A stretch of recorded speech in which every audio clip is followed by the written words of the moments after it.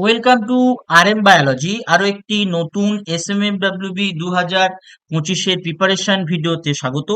তোমাদের রুটিন অনুযায়ী আজকে কিন্তু বায়োলজির কিন্তু আজকে ক্লাস 12।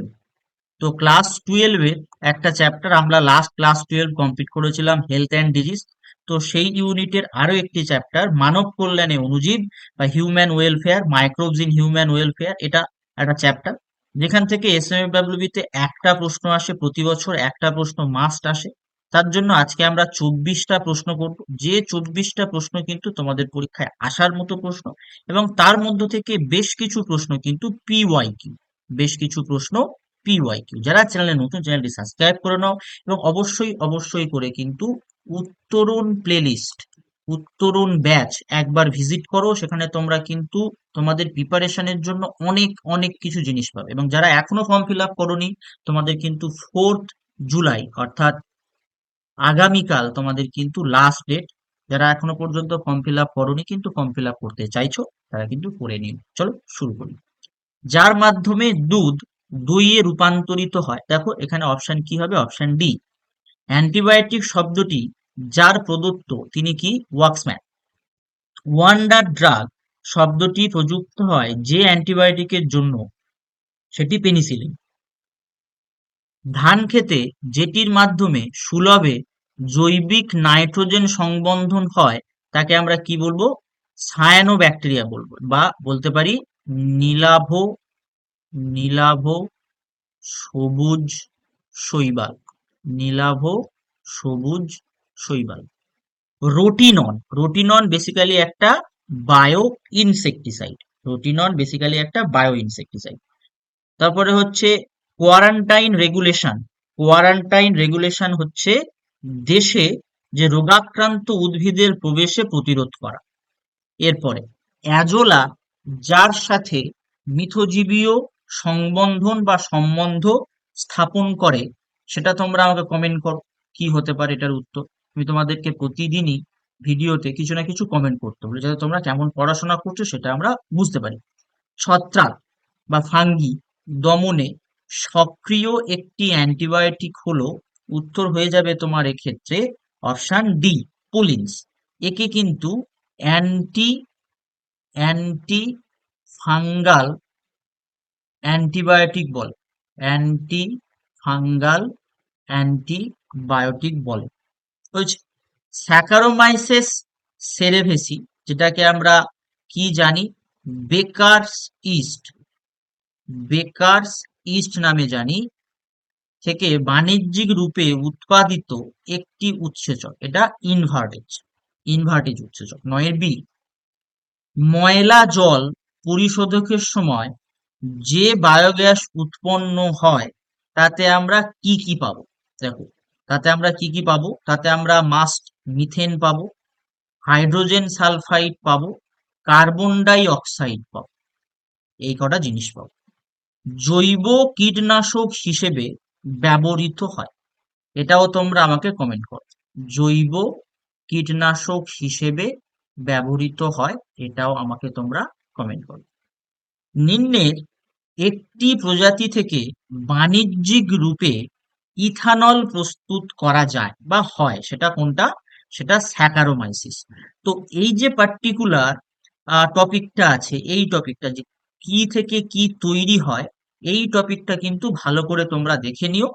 অবশ্যই অবশ্যই টেক্সট বই থেকে, এবং যারা স্টাডি মেটেরিয়াল নিয়েছো তারা তো পাবেই, তোমরা অবশ্যই এগুলো কিন্তু পড়ে নিও। স্টাডি মেটেরিয়াল যারা নিতে চাইছো, আজকে পর্যন্ত কিন্তু 60% ডিসকাউন্ট থাকবে। নিম্নের কোনটি একটি জৈব সার নয়? জৈব সার নয় কিন্তু অ্যাগ্রোব্যাকটেরিয়াম। একটি জীব কর্তৃক সংরক্ষিত যে যৌগ অপর জীবে বৃদ্ধি অবদমিত করতে পারে তাকে আমরা কি বলবো? বলবো অ্যান্টিবায়োটিক। জৈব সার রূপে নীলাভ সবুজ শৈবাল, নীলাভ সবুজ শৈবাল ব্যবহারের কারণ হলো এরা কি করতে পারে? নাইট্রোজেন সংবন্ধন করতে পারে।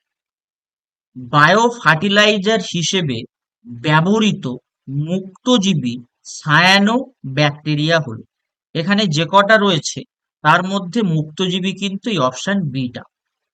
উচ্চ শ্রেণীর উদ্ভিদের সঙ্গে কোন ছত্রাক মিথজীবীয় অনুষঙ্গ রূপে বসবাস করে? এটা হবে তোমার অপশন ডি। এন্ডোমাইকোরাইজার একটি উদাহরণ কিন্তু গ্লোমাস। মাইকোরাইজা একটো হয় এবং এন্ডো হয়। ধ্যান নিচের কোনটি শোষণে সাহায্য করে? আমি কিন্তু তোমাদের এরকম একটা ক্লাস করিয়েছিলাম স্যাম্পল পেপারে, তো এক্ষেত্রে যে উত্তরটা হবে সেটা কিন্তু সবগুলো। তাহলে তোমার silver, sulphur, aluminium, phosphorus, zinc, calcium সব কিন্তু শোষণ করতে পারে। তাহলে উত্তর কি হবে? সবগুলো। প্রোবায়োটিক। প্রোবায়োটিক বেসিক্যালি কি? প্রোবায়োটিক হচ্ছে জীবন্ত মাইক্রোবিয়াল ফুড সাপ্লিমেন্ট। জীবন্ত মাইক্রোবিয়াল ফুড সাপ্লিমেন্ট।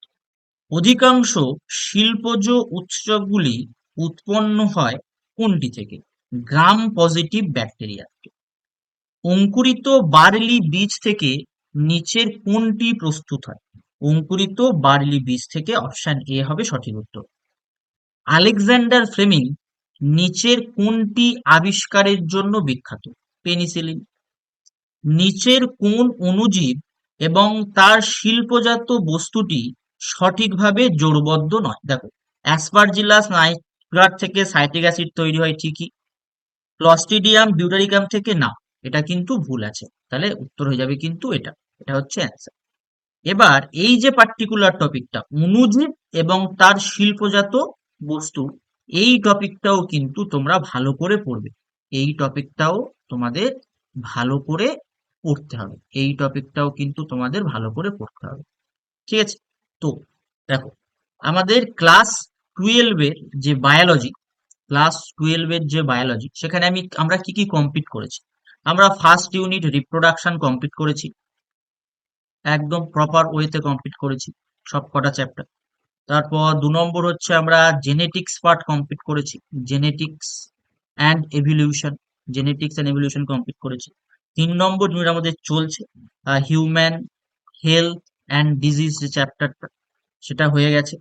আজকে আমরা মানব কল্যাণে অণুজীব করে নিলাম, মাইক্রোবস ইন হিউম্যান ওয়েলফেয়ার আমরা করে নিলাম। এরপরে আমরা করব হচ্ছে খাদ্য উৎপাদনে উন্নতি সাধন, খাদ্য উৎপাদনে উন্নতি সাধন করে নেব। তারপরে এটা ইউনিটটা শেষ হয়ে গেলে আমরা 4 নম্বর ইউনিট বায়োটেকনোলজিও করব, বায়োটেকনোলজিও করে নেব।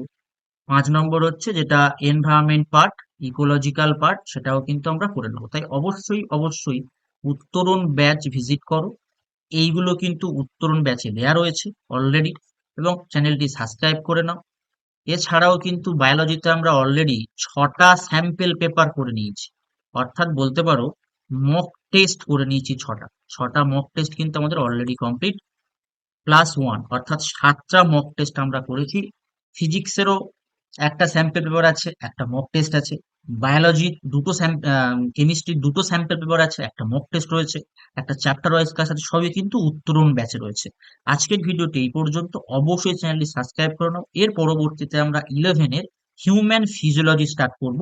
হিউম্যান ফিজিওলজি কিন্তু 7খানা চ্যাপ্টার রয়েছে, যে চ্যাপ্টার গুলো থেকে কিন্তু তোমরা মোটামুটি 10টা প্রশ্ন পেয়ে যাবে। 50টার মধ্যে 10টা প্রশ্ন কিন্তু হিউম্যান ফিজিওলজি থেকে পেয়ে যাবে। আমরা কিন্তু পরপর হিউম্যান ফিজিওলজিটা করে নেব। তো আজকের ভিডিওটি এই পর্যন্ত।